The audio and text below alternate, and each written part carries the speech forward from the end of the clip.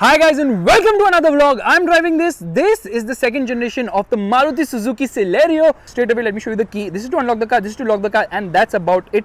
It has this nice blue tinge which actually matches with the color of the car. Not really, this is sort of purple that is blue. Anyways, let's open the engine bay of this vehicle, which is very easy because it's very light as well. There's the engine shaking, vibrating and getting scared. Not really. Anyways, there's no insulation here, but still I would say refinement levels are fine. And there is where the washer fluid goes. I was just going to say headlight washer fluid, but obviously I'm just so used to that. Anyways, you can see the car is now looking cute, very curvy, sort of round treatment here and there. This is where the indicator is at the front, and these are the lights which also look very roundy, roly-poly. Anyways, you can see there are no LEDs in this car at all, no LEDs. These are the fog lights. By the way, it has this nice black panel which kind of reduces the visual bulk, but it doesn't have any bulk, so I don't know. Anyways, you can see the grille has this nice chrome split which also looks quite nice, and the Suzuki logo right in the center. I think the car does look quite cute, quite impressive, and then on 15-inch wheels it looks even better. Like, it doesn't look puny, the wheels of course. The tire size happens to be a 175/60/15, and it gets this sort of a black treatment on the wheels which actually looks quite nice. Meanwhile, from the side you can see this car is actually chin to mintu, and the A pillar is kind of thick, C pillar is also thick, but there's some cheapness involved here because the door handles are not that nice like pull type ones. However, you get a nice and long antenna right there. Meanwhile, there's indicator placement here on the outside rear view mirror as well. Request sensor was added after the car was completed, I think. Okay, it has got keyless entry. Meanwhile, okay, at the rear you can see again lights are actually quite large. No LED here either. You can see the indicator is functional at the moment, and this is obviously for the reversing lamp. Says Celerio here. Again, this was aftermarket edition, which is for the request sensor, Suzuki logo. You also get a rear wiper and a washer, high mounted stop lamp as well, and then you have got reflectors below. You also get rear parking sensors. You got two sensors actually, and this is the exhaust of the car, which you can see is vibrating a bit. It's based on the hardtech platform. It's a new platform for the Celerio, and you know what, it also gets a new engine, which is quite nice.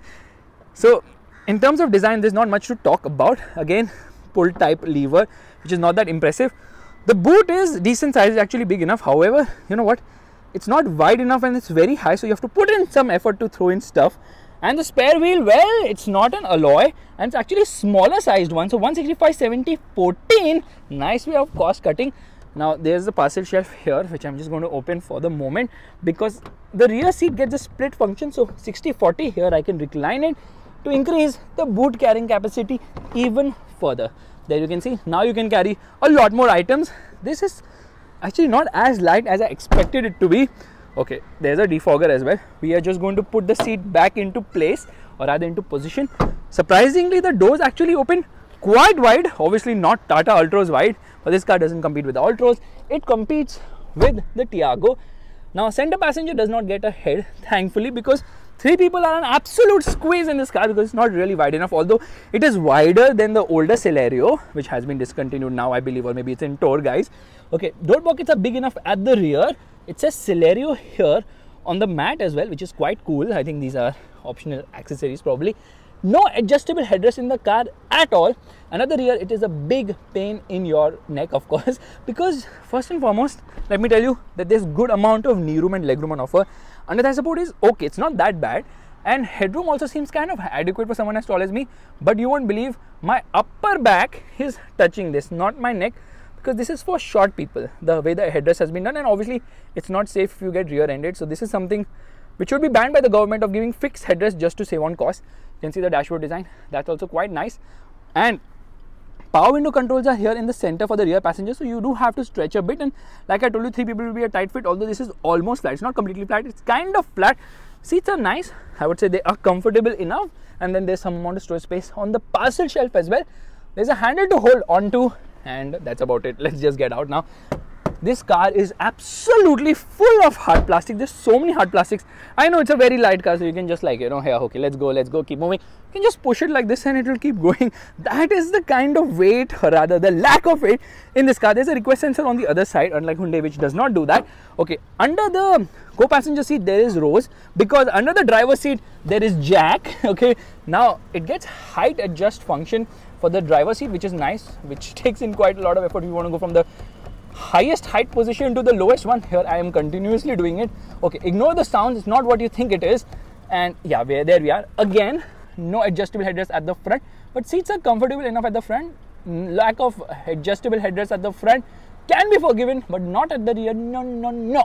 Alright, you get a dead pedal right there, which is a good touch, and a lot of exposed bits which you can see at the moment.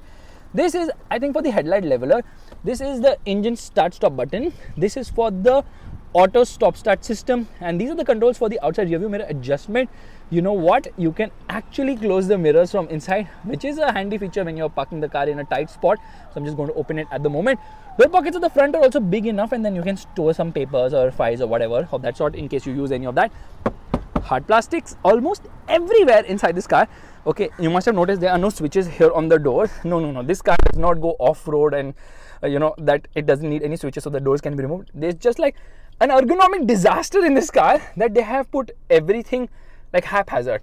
These are actually the power window controls, and it's a one-touch down power window for the driver side, but it doesn't go up one touch for sure. They have decided that I need to do acrobats to actually use the power window controls in this car. First and foremost, to use the rear ones, I have to stretch all the way behind. For the front ones, it's here. This is for the hazard light. This is to lock or unlock the vehicle, and this is for the child lock function. All right.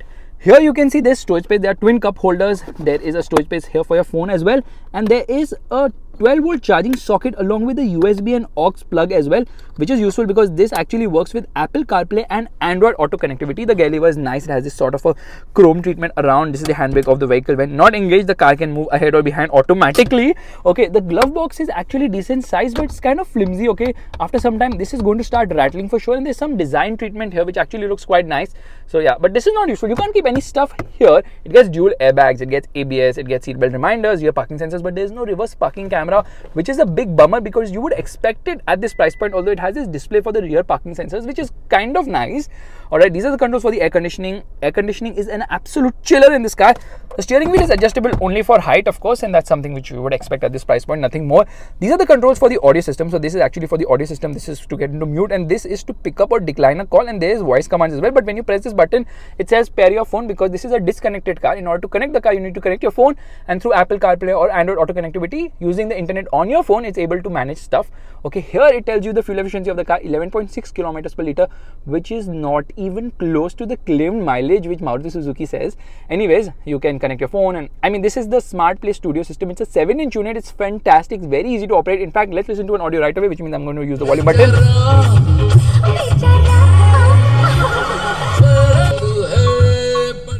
Audio quality is actually decent. It's not bad, but it's just decent. They have this texture finishing here, but this car, like I told you, is full of hard plastics. Okay, here you can dim the mirror. There is a mirror here, and I was actually thinking that I should put my laptop right here. Thankfully, they have written it's only a ticket holder. I thought it's actually a laptop holder. Thank God for that. Okay. Meanwhile, there is light placement here on the top. I think this is the receiver for the mic, of course, or for the Bluetooth system, that is. I like the silver treatment which has been given. The steering wheel feels nice to hold as well, and right now because the lights are on, you can't see much, but you know what, you can actually change the intensity of this instrument cluster. So here, when I press this button, and there it becomes bright as well. Let's just turn off the lights at the moment. You can see it's very similar to the one on the Wagoner. You get a very large speedometer, and then there's a tachometer right there. Okay, in set you can see the tachometer, and the tachometer has a lot of information, like the fuel meter is below that, and then it shows you the clock, it shows you an odometer, then there are twin trip meters as well. It tells you the real-time mileage along with the overall average fuel efficiency of the vehicle, and a range indicator too. And when the lights are on, then you can also have that option of increasing or decreasing the intensity of this instrument cluster, and telltale lights are placed almost everywhere. So it's a nice and easy to use unit. I like it. These are the controls for the wipers. Let's use the wipers right away. Where is the spray? Okay, there is no spray which is happening because there is no water. Somehow that's kind of weird. Okay, this is a dealer car. Dealer does not put water in the washer fluid for reasons best known to him. These are the controls for the lights, of course, and then it makes this sort of sound when you give an indicator. Nice silver finishing here. Meanwhile, you can see like it's actually a practical car in the real sense because there is some amount of storage space here. So you can keep your mobile phone, you can keep stuff if you want. So that's not an inconvenience at all, because most of the cars nowadays, like the center console is not nicely done, but here it is actually well done. I appreciate that. There's a handle to hold on to for the co-passenger. The horn, it's kind of meek. It's not that interesting as such. Let's do one thing. Let's start driving right away. Alrighty, we're all set to go, which means turning off the air conditioning of the car, and we are going to swipe here and get into this display. It actually tells you alerts if something is wrong, like if the seatbelt is not worn, everything it shows here, which is kind of cool. Now I'm just going to put this display which tells me the real-time fuel efficiency, although I can even see it there. Handbrake up actually, I'll tell you why in a bit. Hazard lights have to be off after I get into first gear. On the clutch, revving the motor, heel and toe on the brake, revving it, handbrake down and hazard light off as well.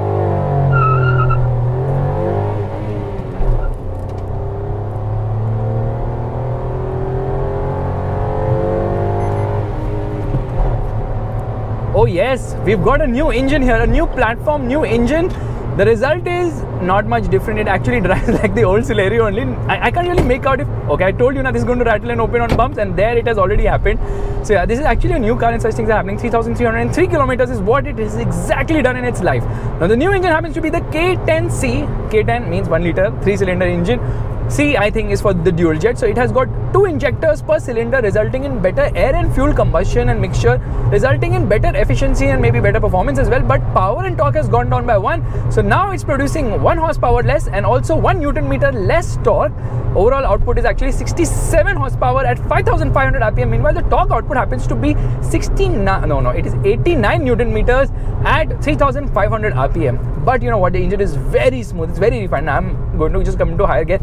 I've left the throttle, you can't hear a thing. That's the level of refinement. You can hear everything else in the world, like the tire noise, the wind noise, the road noise, all that can be heard. But the engine is such a sweet little makhan monster that you can't hear it. I call it a monster because here I'm in 4th. Now I come into 2nd and then the monster gets up. It has a very nice pull. So performance is leaner for the most part, but it has got grunt everywhere. You name it, it has got grunt everywhere. And now, you know what? I'm just going to turn on the stop-start system because that's another trick up its sleeve to increase the fuel efficiency of the car. In fact, everything has been done to increase the fuel efficiency of the car, but the tire spinning is not going to increase the tire life for sure. This engine is very refined, very smooth. Only it becomes very vocal when you start pushing it hard now. So most buyers are not going to do that. They're not going to push the engine so aggressively like I am. And I'm doing it to tell you how good the engine is because performance is amazing because of the lightweight of the car, of course.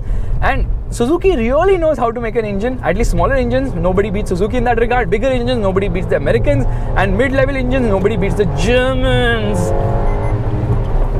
Yeah, there is body roll. But, you know, let's talk about the engine alone because there's so much to talk about the engine. The engine is absolutely fantastic. I mean, this is the real highlight of this car, which I thought it is, but it's not the case here. Everyone says Maruti makes the best engine. Well, they do to a certain extent, but actually Maruti, or rather Suzuki, knows how to go on a diet the best, and that's the result the result is that that's why that is why the performance of this car is so good because of the lightweight. You know what's the weight of this car? 800 kgs. That's like slightly more than me and Nurain combined. I know the 90% weight is of Nurain's. So the point is that they really know how to reduce the weight, and with lighter weight obviously you solve a lot of things. Better acceleration, better fuel efficiency, better braking as well because you don't have so much mass to lug around. So that lightweight definitely helps its cause, and I was like, itni halki gaadi hai, ye to ud jayegi. But trust me, they've managed to maintain stability somehow. It has got good amount of grip. It doesn't feel hairy at all at high speeds. So very well engineered in that regard. And the gearbox is such a smooth shifting unit. The clutch is also super duper light. Here we are in 5th gear at 80 kilometers per hour. I get on the throttle, it responds. It's not very fast. It's peppy enough. Has a nice mid-range also. Top end is actually a screamer. It sounds louder than it actually is going, and then red line comes in around 6,000 RPM. So it's not very high revving in that regard. But for a 3-cylinder engine, this is absolutely mind-blowingly stunning. The way it performs is like unbelievable. A 3-cylinder engine being so refined, how do they even do that? They don't even need any insulation on the engine because they know that refinement is there. And out on the highway, overtaking is not an issue. All you need to do is downshift here into 3rd and whack up in the throttle, and there.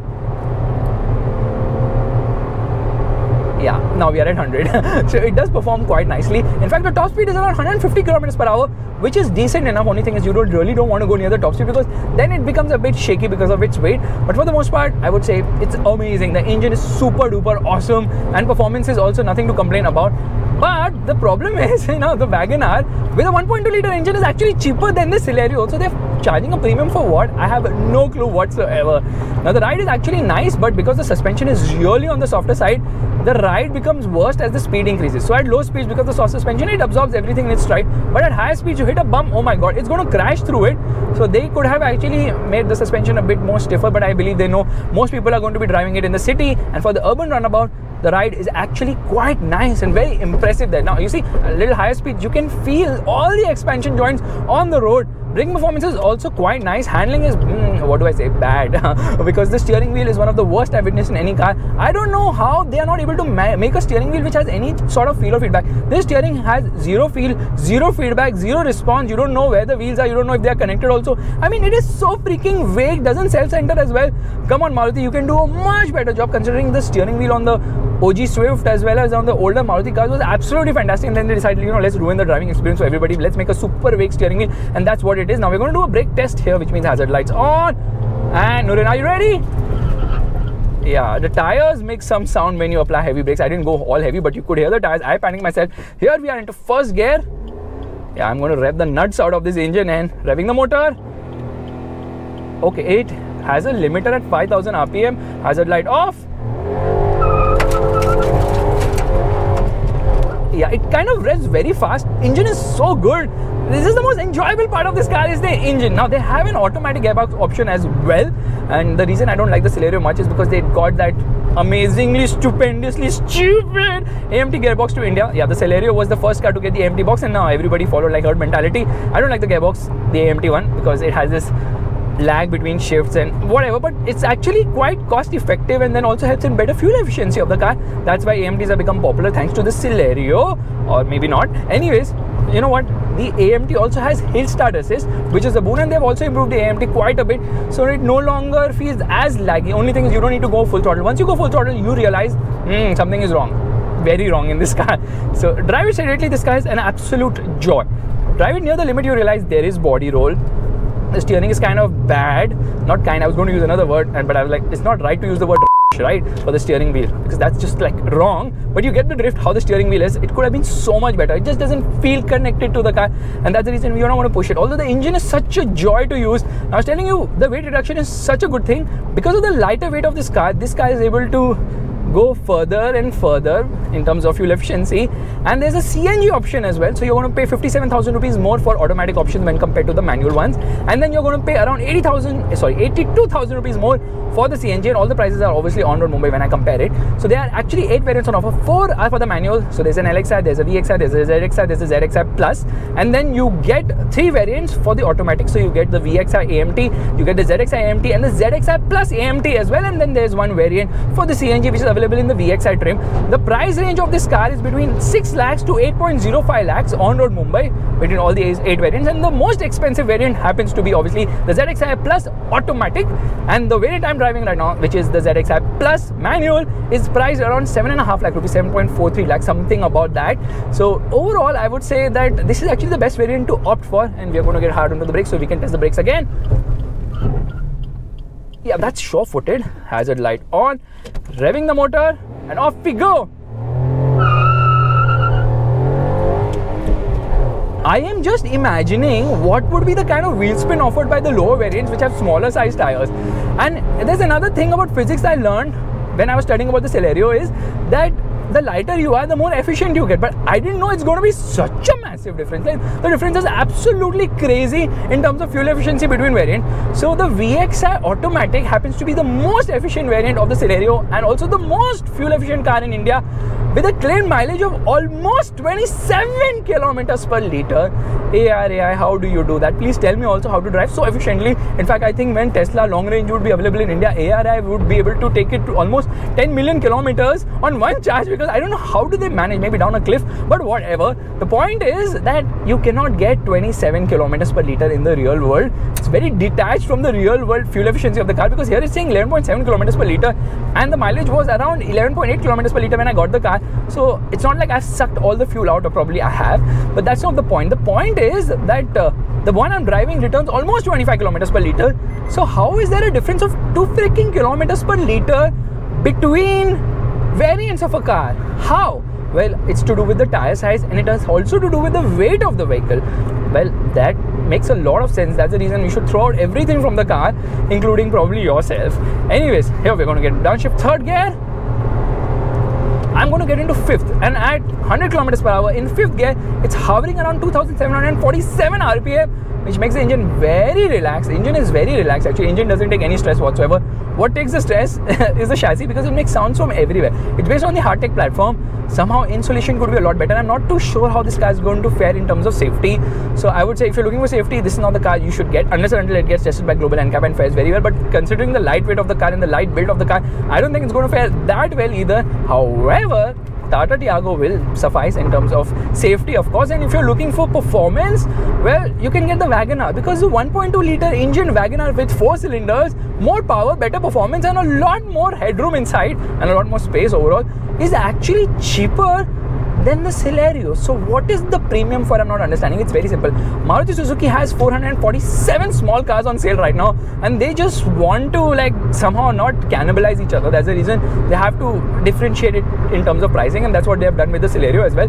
They have actually got it at a premium. The premium is not justified here, because I don't know why I'm paying slightly more, almost 8 lakh rupees, no, more than 8 lakh rupees, 8 lakh 5,000 rupees to be precise, for the automatic top end variant.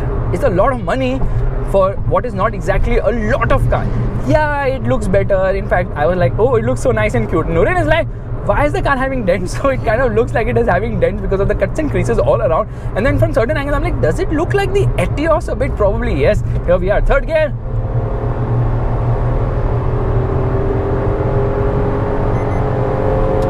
Yeah, it will actually do 127 kilometers per hour in third gear. So gearing is relatively tall as well. In fact, I forgot to show you what speed it does in each and every gear. So we need to stop and launch once again to see that too. Yeah, it doesn't feel as light as it is. So I need to put it on a weighing scale as well to verify, is it exactly 800 kgs? Because I think the AMT weighs 5 kgs more. How does an AMT weigh just 5 kgs more? No idea whatsoever. Maybe the clutch pedal itself is a very heavy one here. Revving the motor.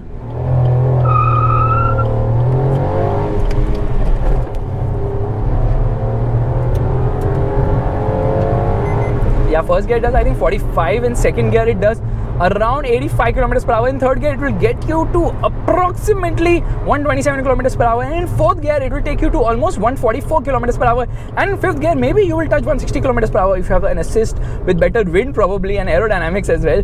Jokes aside, performance is fantastic. I can never complain about performance of a Maruti Suzuki petrol car.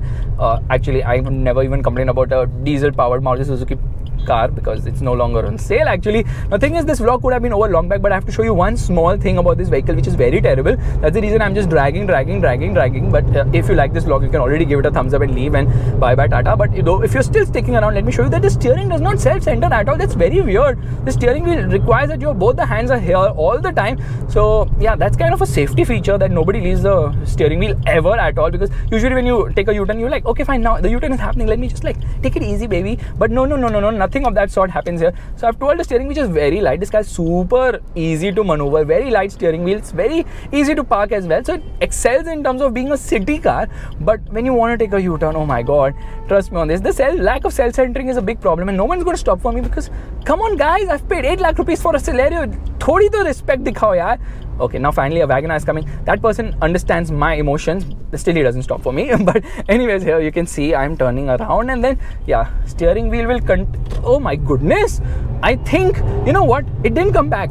I'll tell you what, I know the secret now. When Ajay Devgan does that Singham thing in a Scorpio, they use the steering wheel from a Maruti car because it doesn't self-center, so the car keeps going round and round and round and round. Listening to this horn, this XUV did not move an inch. The horn needs to be better for sure. The real reason why most people are buying, okay, Celerio, okay, the reason why, oh, another Celerio, a Wagoner, okay, we are in Maruti Suzuki land, there's an Ertiga there, there's an Kidnap Van Pro Max, there are 2 Kidnap Vans, the latest one, the old one is I think discontinued right now. The whole reason why someone would actually buy a Maruti Suzuki car is mainly because of the maintenance and easy accessibility to sales and service, because they have like a million showrooms and service centers as well. First mover advantage, of course. So that's the big benefit of buying a Maruti Suzuki car, peace of mind, because you like India comes home in a Maruti Suzuki. Meanwhile, when taking a corner here, I realized, yeah, body roll is there, but grip levels are not bad at all. So guys, this is my vlog of the Maruti Suzuki Celerio. If you liked it, make sure to give the thumbs up. That's a like button. And सबसे important चीज़ मैं बताना चाहता था, कुछ भी हो ज़िंदगी में, hit the gym. That's the most important aspect, because if you want to achieve anything close to 27 kilometers per liter from this car, or rather 25 kilometers from this car, you don't have to carry passengers along with you. You become antisocial, you maintain social distance with everybody, you drive alone, and that's why the weight of the car is also lesser, and then it's able to return mileage as well. Now between me and Nurin is obviously the light lighter one. So in order to get good mileage from this car, I have decided to hand over the car to her and I shall walk back home, because that's the only way this car is going to return the claimed mileage figures. Only thing is, I've parked on an uphill. She needs to go down a hill, then only she'll get some assistance in terms of, I don't like how this door thing is in the middle, not used to it. At least you should open the door when I try to click it. Bye, take care, drive well, and I want to see this figure at 25 kilometers per liter. And on that bombshell, it's time to end. Thank you so much for watching. If you like this video, make sure to give it a thumbs up. That's the like button, and also subscribe to the channel. मैं 2-4 बार बोल चुका हूँ, I know that, but right now I'm just going to walk home. Nurin is going to take the car and head I don't know where, because she's the one who's going to get us the best mileage. Remember guys, weight is everything. Lower weight means better performance, better fuel efficiency. Forget safety, concentrate on efficiency, because that's how you're going to survive in these high fuel prices. Bye bye.